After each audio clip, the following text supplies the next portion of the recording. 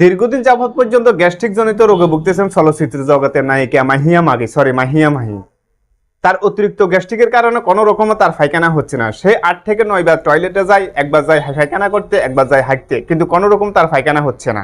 যার কারণে সে মোছরামুছি শুরু করে দিয়েছে, কখনো দেওয়ালের লগে হেলান দিয়ে, কখনো 2 পা উপর দিক দিয়ে, আবার কখনো মাথা নিচের দিকে দিয়ে, আবার কখনো 2 পা ফাঁক করে দিয়ে সে মোছরামুছি করতেছে। গ্যাস্ট্রিক জনিত রোগের কারণে চলচ্চিত্র জগতের নায়িকা মাহিয়া মাহি যখন মোছরামুছি করে, গাতিছড়া ডাক্তার জনের সিং এর মাইয়া লেগে যায়। তিনি বলেন, যদি বাংলাদেশের মানুষ এবং চলচ্চিত্র জগতের নায়িকা মাহিয়া মাহি যদি আমাকে অনুমতি দেয়, আমি বাংলাদেশে গিয়ে চলচ্চিত্র জগতের নায়িকা মাহিয়া মাহির চিকিৎসা করব। তিনি আরো বলেন, যদি বাংলাদেশের মানুষ এবং মাহিয়া মাহি যদি আরো অনুমতি না দেয়, তাহলে তার গ্যাস্ট্রিক জনিত রোগ আরো বেড়ে যেতে পারে। তার কারণে সে আরো বেশি মোছরামুছি করবে। তার মোছরামুছির কারণে কখনো হয়তো দেওয়াল পড়ে যেতে পারে, কখনো আবার 2 পা ফাঁক করলে আবার কোন দিকে কোন ঘটনা ঘটে যায়। তাই আমি বলি, আমাকে অনুমতি দেওয়া হোক। বিস্তারিত গাতিছড়া জনি সিং এর মুখ থেকে আমরা শুনবো। হাই বাংলাদেশি বন্ধুরা, আমি গাতিছড়া ডাক্তার জনি সিং বলতেছি।